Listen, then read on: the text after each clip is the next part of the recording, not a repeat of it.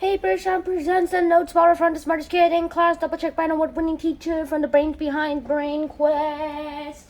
The people who wrote this card series.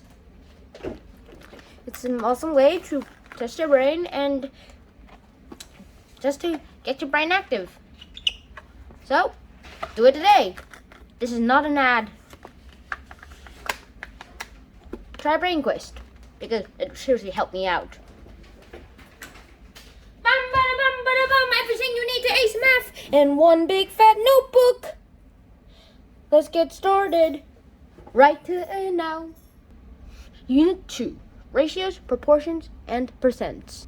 Part 4, Taxes, Fees, Discounts, and Markups. Let's get started right now. Alright, so for a long time I had problems with this money thingy and with percentages and everything. I really had problems and it took me like a year to master this. But right now, based on this notebook, I'm going to teach you taxes, fees, and discounts and markups. So firstly, let's get started. So this will be a 4-part video. And we will need both sides of the paper. So firstly, I will halve this into 2 halves. Into 2 halves. And then, well, let's just get started in the party. Firstly, taxes.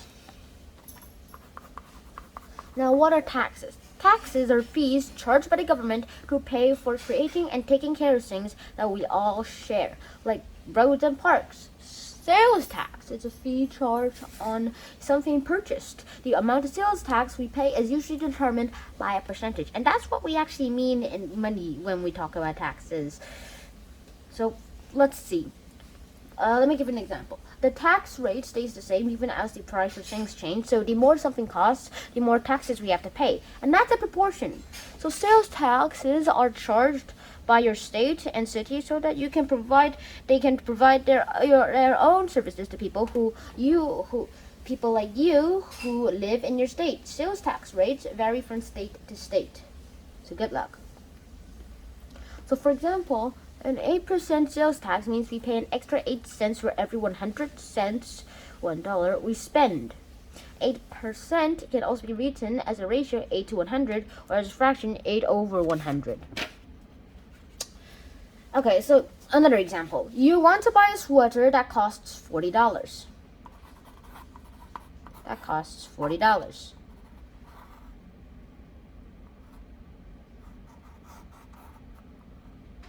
Costs $40. And then you can multiply the cost of the sweater by the percent to find the tax. So find 8% of $40, and then you will get 3.2. And now add, so the tax will be $3.20, and then now, if you want to see how much the total price would be, you can just add these together. 43.20. And now this is method 1. Method 2 is to just set it up as a fraction and then solve it with proportionality. Cross multiply.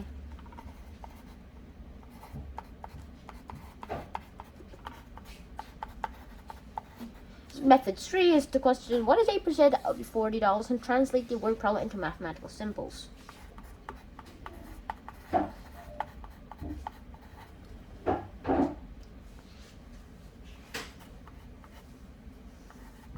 Which basically is this. And those are all the prices. And now let's talk about finding the original price. Now, you can also find the original price if you know the final price and the percent of the tax. Let's say you bought your headphones and the receipt says that the total cost of headphones is $53.99. Including an 8% of the sales tax. What is the total price of the headphones without the tax? So the 100%, the original price, and the 8% sales price sales tax is equal to $53.99. So basically 108% is equal to $53.99. And now we want to, and now that's that, convert the percent to a decimal and then solve for the original price.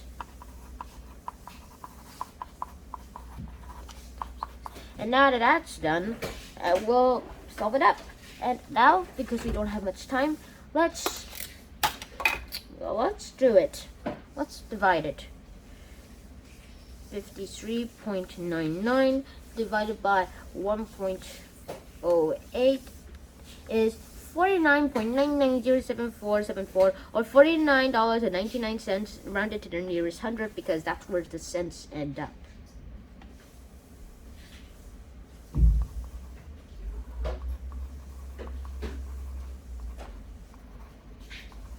And so that's where we get. Alright, now that taxes are done, let's talk about fees. Now, what are fees? Now, other types of fees can work like a tax. The amount of the fee can be determined by a percentage of something else. So, a bike rental company charges a 17% late fee when a bike is returned late. If the regular rental fee is $65, but you return the bike late, what is the late fee and what is the total that you have to pay? So, let's use method 1. And then you get 11.05. So the late fee is $11.05. And then added to the total price, added to the original price, you get $76.05. And that is how much you have to pay. And you can also use the same method to find the original price, but we don't have much time for that.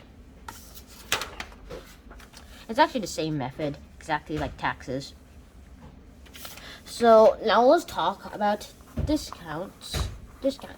You might think discounts are always good. I mean, they are good, but sometimes there are other places where they are not discounted, but less than the discounted price of what you normally pay.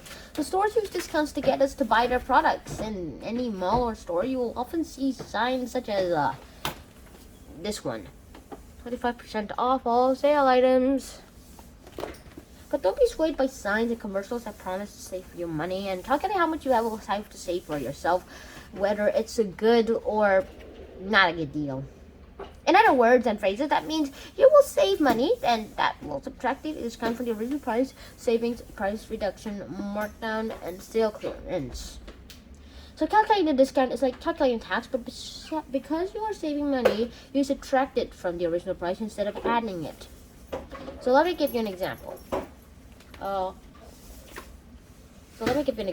Let's say that Varley's Videos is selling all games at a 25% discount. However, you have a membership card to the store, which gives you additional 15% off. What will you end up paying for $100 worth of video games? So let's deal with first discount.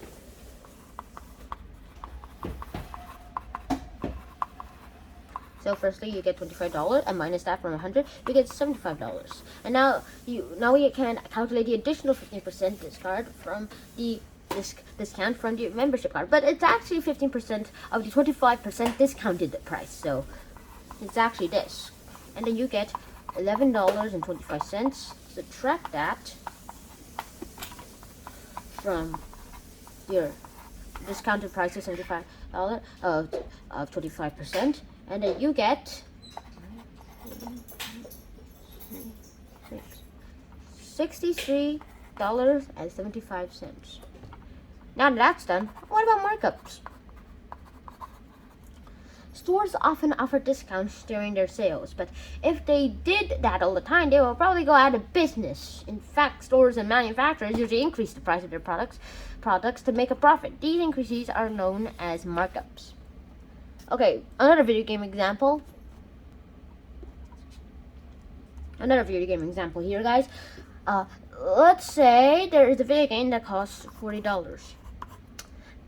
Costs $40 to make, and to make a profit, a manufacturer marks it up by 20%. What is the market price, and what is the new price of the game? So firstly, find out the value of the market price. Now, this is just one way. There are other ways. There are other ways that are shown in the book, but I won't be showing you here. So, firstly, find the market price, and then you get $8. And then step 3, add the market price to the original cost, and then you get $48. So the new price of the game is $48.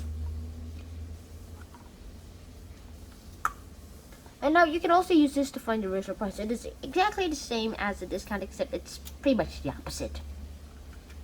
And everything else.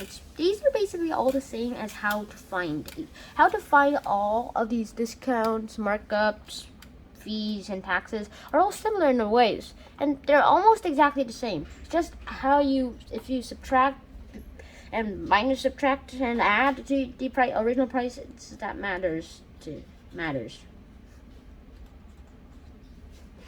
And that is actually the end of this episode.